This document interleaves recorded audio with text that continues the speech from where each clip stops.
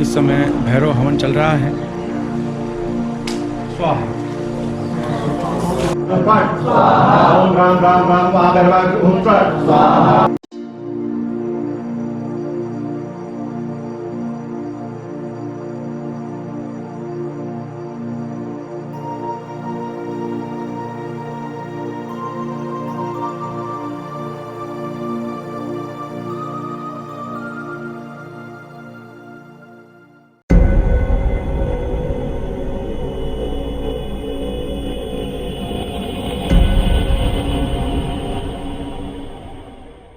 नमस्कार, दिव्य वासन की तरफ से आपका हार्दिक स्वागत है। आज हम गोविंद भाई की चर्चा करेंगे। उन्होंने मुझे गजेंद्र मोक्ष साधना के द्वारा जो अनुभव प्राप्त हुए हैं उसके बारे में जानकारी भेजी है और अपनी परिस्थितियों के बारे में बताया है कि मैंने कैसे कैसे की है। मैंने उनसे रिक्वेस्ट यही किया था कि मेरे जो परिवार के सदस्य हैं, मेरे जो सब्सक्राइबर हैं, उनके लिए आप विधि भी बताओ, क्योंकि कुछ सब्सक्राइबर ने विधि की भी मांग की थी। तो मैंने उनसे कहा कि आप अपने अनुभव दे रहे हैं, बहुत अच्छी बात है, लेकिन लोगों के भले के लिए अगर आप विधि देते हैं तो इसका लाभ और मिलेगा, लोग लाभ भी उठा सकते हैं और तेजी से। तो उन्होंने अपने अनुभव के साथ गजेंद्र मोक्ष पाठ की सफलता कैसे प्राप्त की, इसकी विधि भी बताई है। तो गोविंद भाई के बारे में मैं कहना चाहता हूं कि वो आध्यात्मिक इंसान तो बिल्कुल नहीं थे। जैसा कि उन्होंने मुझे बताया, उनको धर्म में, कर्म में, किसी भी चीज में कभी विश्वास नहीं, क्योंकि वो अपने जीवन में हमेशा तरक्की थे। उनका यही मानना था कि ये पूजा करने से कोई अमीर नहीं बन सकता, उसके लिए मेहनत बुद्धि की जरूरत पड़ती है, ऐसी विचारधारा उनकी थी। और वो अपने जीवन में बहुत सुखी थे, बहुत ही उन्होंने तरक्की की। उनका अपना व्यवसाय था, उन्होंने बहुत तेजी से बढ़ाया, हर तरीके से उन्होंने तरक्की की, कहीं कोई समस्या नहीं थी। तो उनको हमेशा यही लगता था कि मैंने अपने भाग्य के दम पर, अपने परिश्रम के दम पर ही मैंने धन संपदा जमा की है, इसमें ईश्वर का क्या रोल है। और दिन का दिन तरक्की करते रहे। एक समय ही ऐसा आया, कुछ अचानक कुछ उनकी गलतियां, क्योंकि एक नियम होता है, जब व्यक्ति तरक्की पर रहता है, कुछ लोगों की नजर में वो चढ़ जाता है। जो भी व्यक्ति जीवन में तरक्की करता है उसे पता नहीं होता, लेकिन बहुत से ऐसे लोग होते हैं जिनके दिलों में सांप लौटने लगता है। वो लोग नहीं चाहते हैं कि वो व्यक्ति तरक्की करें। इस तरह से जैसे जैसे वो तरक्की करता गया, गोविंद भाई जैसे जैसे तरक्की करते गए, वैसे वैसे उनकी दुश्मनों की संख्या बढ़ती गई, दुश्मनों की संख्या बेहिसाब बढ़ती गई। और अब उनके जो दुश्मन थे, उनके हर काम में टांग अड़ाने लगे, हर काम में अड़चन पैदा करने लगे। इस तरह की हालत ये हो गई कि एक इंसान 0 से 100 तक पहुंचा और अचानक ही 0 पर आ गया। यानी ऊंचाइयों पर पहुंचकर गोविंद भाई फट से जमीन पर आ गए। कहने का अर्थ ये हुआ कि उन्होंने अपने बिजनेस को बढ़ाने के लिए करोड़ों रुपए का लोन लिया था, और लोन समय पर नहीं चुका पाए तो उनकी फैक्ट्री जब्त हो गई, पूरा उनका घर जब्त हो गया। और मुंबई जैसे शहर में किसी बंगलों में रहना, 5000 स्क्वायर फुट के बंगलों में रहना आसान बात नहीं मानी जाती। और वहां से वो पूरी तरह से झोपड़ी में आ गए, और झोपड़ी में कहा, विरार की झोपड़ियों में आ गए। विरार में उन्होंने 1 रूम किचन लिया, वहां पर वो आ गए। तो कहने का अर्थ है, उन्होंने अपना बंगला बेचना पड़ा, उनका अपना व्यवसाय था जो उसे बेचना पड़ा, जो भी उनके पास संपदा थी पूरी तरह से उन्हें बेचना पड़ा। इसके बावजूद बैंक का लोन सर पर चढ़ा हुआ था। वो समझ में नहीं आ रहा था उनको कि मैं क्या करूं, किस तरीके से करूं, अचानक कैसे हो सकता है, इतना बड़ा कर्ज मुझ पर कैसे चढ़ सकता है। मेरे अंदर तो हर तरह की क्षमता थी। कहते हैं ना, जब इंसान बहुत दुखी होता है तब ईश्वर याद आते हैं। तभी कुछ लोगों ने उन्हें अलग अलग उपाय गोविंद भाई को बताना शुरू किया। उन्होंने वो उपाय आजमाने भी शुरू किए, जबकि उन्होंने कभी भी ईश्वर को माना नहीं, लेकिन कुछ फायदा नहीं हुआ। इसी तरह से एक व्यक्ति से जब उनकी मुलाकात हुई, तब उन्होंने गजेंद्र मोक्ष का पाठ करने के लिए कहा। उन्होंने उसे अच्छी तरीके से संपन्न किया। अब गोविंद भाई के शब्दों में, हम लोग बहुत अच्छी तरीके से अपने परिवार के साथ खुशहाल जीवन जी रहे थे। पता नहीं ऐसा क्या हुआ कि मेरा पूरा घर बिक गया, मेरा बिजनेस बिक गया, बैंक का मेरे ऊपर करोड़ों का कर्ज हो गया। मुझे कुछ समझ में नहीं आ रहा था कि ऐसा मैं क्या करूं जिससे कि ये रिकवर हो जाए। मेरे खानदान में सब लोग बिजनेसमैन हैं, सब लोग अपने अपने क्षेत्र में तरक्की कर रहे हैं, लेकिन मेरे साथ ऐसा क्या हुआ? मैं तो हमेशा लोगों में दान दक्षिणा भी करता हूँ, बुरा भी किसी का किया नहीं। ये क्या मैं मानूं? क्या मेरे पिछले जन्म के ऐसे कर्म थे? तब मैं किसी आध्यात्मिक पुरुष से मेरी मुलाकात हुई।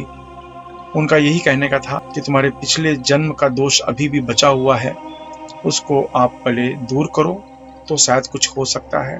मुझे तो अध्यात्म के नाम पर कुछ विश्वास ही नहीं है कि आज के ज़माने में हमने देखा है कैसे कैसे लोग हैं, उनके बारे में सुनकर मन को धक्का ही लगता है। तो मुझे विश्वास तो कभी कुछ हुआ नहीं, किसी के ऊपर भी कुछ नहीं हुआ, लेकिन चूंकि मैं डूब चुका था, तो मेरे पास कोई उपाय भी नहीं था। मैंने कहा जब इतने उपाय कर लिए, चलो ये एक आध्यात्मिक सहारा और लेकर देखते हैं। तो मैंने उनसे गजेंद्र मोक्ष की नारायण दीक्षा ली, यानी मैंने उनसे गजेंद्र साधना करने के लिए नारायण दीक्षा ली। उसके बाद सामने वाले गुरु ने मुझे सब कुछ बताया, क्या करना, कैसे कैसे करना है। तो इसकी तैयारी के लिए मैंने 11 दिन का अनुष्ठान किया। मैं अपने उस 11 दिन के अनुष्ठान को विधिवत बताने की कोशिश करूंगा, जिससे कि आप लोग भी लाभ उठा सकें। दीक्षा लेने के बाद मैं घर पर आया। शुक्रवार के दिन से मुझे शुरू करना था। इसके लिए मुझे कुछ तैयारी करनी थी। तैयारी ये करनी थी कि पीतल का दिया मुझे चाहिए था, जो 21 दिए की जरूरत थी मुझे। मैंने 21 दिए की तैयारी कर ली। अपने सामने भगवान नारायण की फोटो रखी, और फोटो रखने के बाद उनके सामने मैंने 21 दिए जलाए घी के, छोटे छोटे 21 दिए घी के मैंने जलाए। और हर दिए के सामने मैंने एक एक कमल बीज को रखा, यानी 21 दिए के सामने मैंने 21 कमल बीज को मैंने रखा। और रखने के बाद मैंने गजेंद्र मोक्ष का पाठ शुरू किया। यह जो पाठ था, मुझे 21 पाठ ही रोज करना था, बस इतना ही मेरा कार्य था। वो मैंने शुरू किया, यानी मैंने 21 दीपक जलाए। 21 दीपक के सामने मैंने 21 कमल बीज रखे, और उनके सामने बैठकर पीले कपड़े पहनकर मैंने गजेंद्र मोक्ष का 21 पाठ किया। और वो करने के बाद सभी सामग्री को मैंने उसी जगह रखा, क्योंकि मैं ये साधना अपने पूजा घर में कर रहा था। मुझे रात को बेड पर नहीं सोना था, तो मैं जमीन पर चटाई बिछाकर सो गया। ये जो अभ्यास था, ये सुबह का समय का था। सुबह 4 बजे से 6 बजे के बीच का समय था। उस समय मैंने ये अभ्यास किया, और रात को मैं जमीन पर सोया, यानी 21 रात मुझे जमीन पर सोना था। इस तरीके से मैंने पहले दिन अभ्यास समाप्त किया। कोई अनुभव कुछ आया नहीं, लेकिन चूंकि मैंने जीवन में कभी कोई आध्यात्मिक पूजा पाठ उपवास अर्चना मैंने कभी जीवन में किया ही नहीं था, तो थोड़ा अजीब लग रहा था कि ये मैं क्या कर रहा हूँ। उसके बाद दूसरे दिन मैंने गजेंद्र मोक्ष का 21 पाठ किया सुबह के समय। फिर मैंने तीसरे दिन किया, चौथे दिन किया। 4 दिन तक तो कोई अनुभव नहीं आया। 5वें दिन थोड़े से अजीब सा अनुभव जरूर हुआ। ऐसा लगा कि जैसे मुझे चक्कर आ रहा है, मेरे शरीर से पसीना ज़्यादा निकल रहा है, ऐसा मुझे महसूस हुआ। तो बस यही लगा कि मुझे चक्कर आ रहा है। मैंने कैसे कैसे करके 21 पाठ संपन्न किए। फिर 5वें दिन, 6ठे दिन, 7वें दिन, 3 दिन मुझे कुछ भी अनुभव नहीं आया। 8वें दिन ऐसा लगा कि मैंने जो 21 दीपक उस पूजा घर में जलाए थे, वो चारों तरफ दीपक जल रहे हैं मेरे।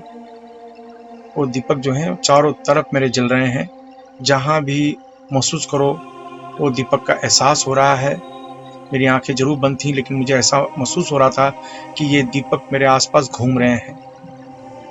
आपको पता होगा कि आंख बंद करने के बाद भी रोशनी का अनुभव होता है। मुझे ऐसा लग रहा था कि ये 21 दीपक अपनी जगह को चेंज कर रहे हैं, लेकिन एक अलग तरीके का डर लग रहा था, इसलिए मैंने अपनी आंखें नहीं खोली।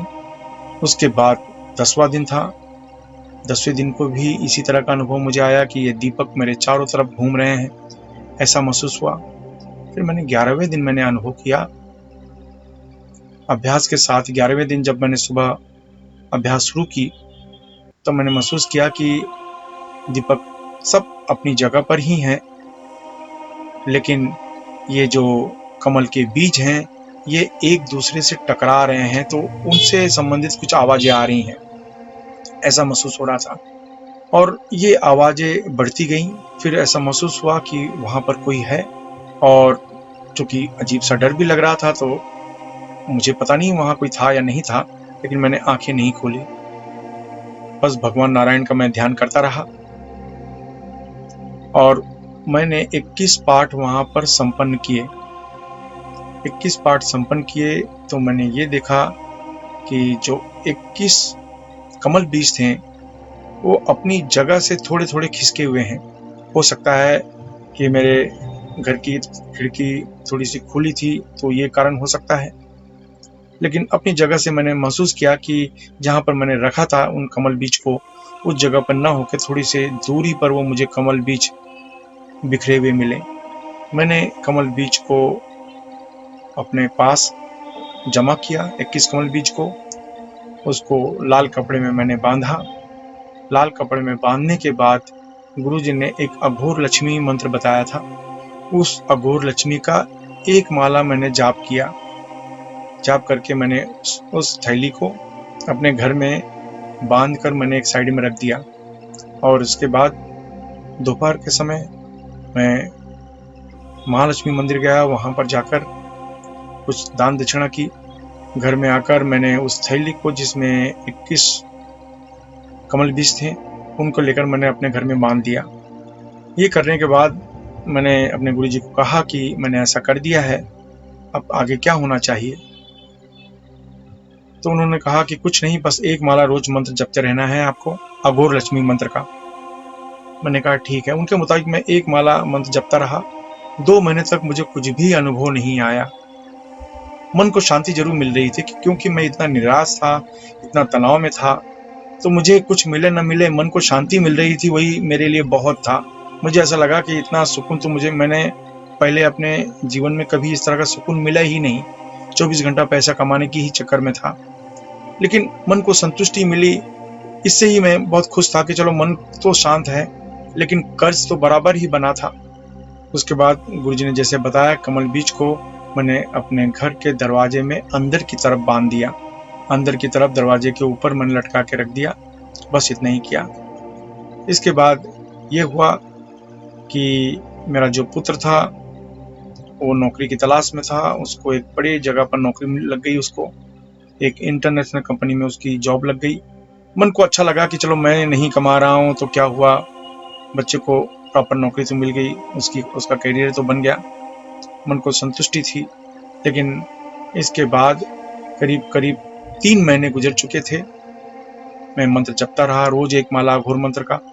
तब एक व्यक्ति बहुत ही पुराना जो था, वो व्यक्ति मेरे पास आया और वो व्यक्ति बिजनेस फाइनेंसर था। उससे मैंने बहुत पहले अप्रोच किया। उसको मेरी परिस्थिति का पूरा अंदाजा था, पूरी तरह से उसे पता था कि मैं किस हाल से गुजर रहा हूँ। उसने बहुत ही आसान ऑफर मुझे किया अपने बिजनेस के लिए। उसे पता था कि अब मेरे पास गिरवी रखने के लिए किसी भी तरीके से कुछ भी नहीं है, पूरी तरह से रिस्की था।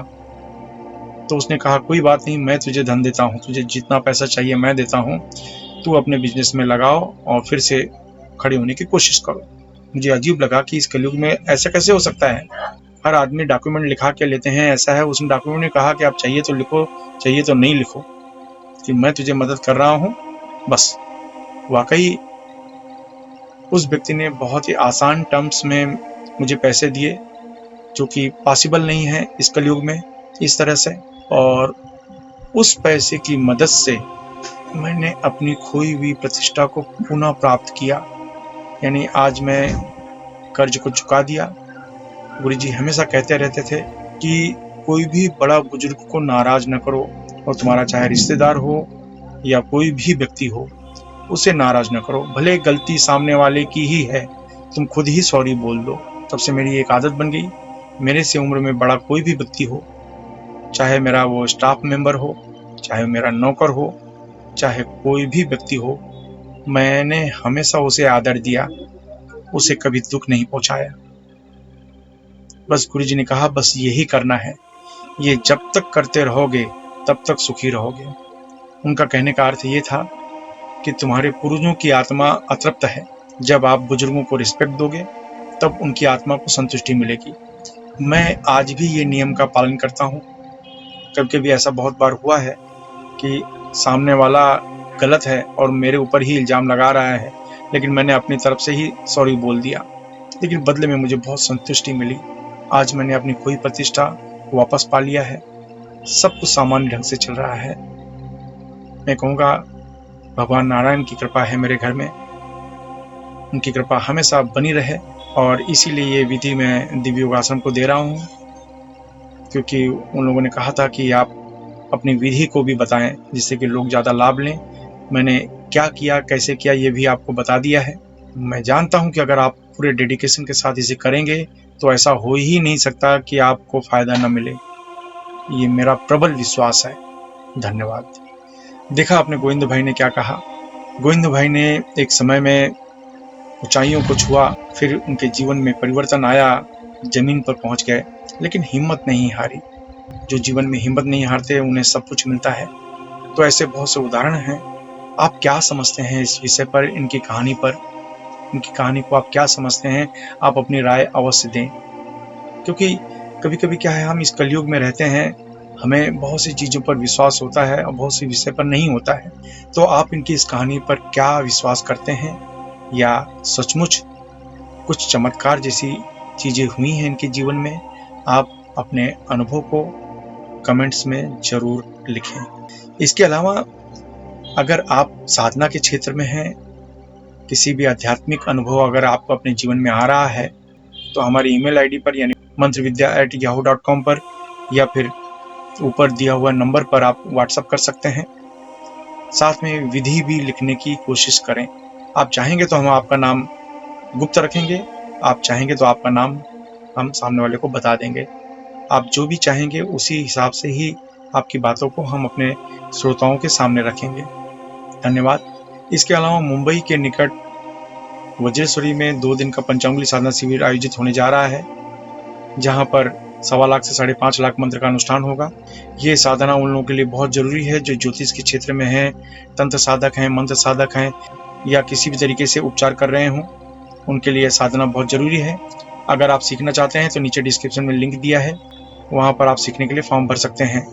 आशा है आप अपने जीवन में सुखी रहेंगे। धन्यवाद।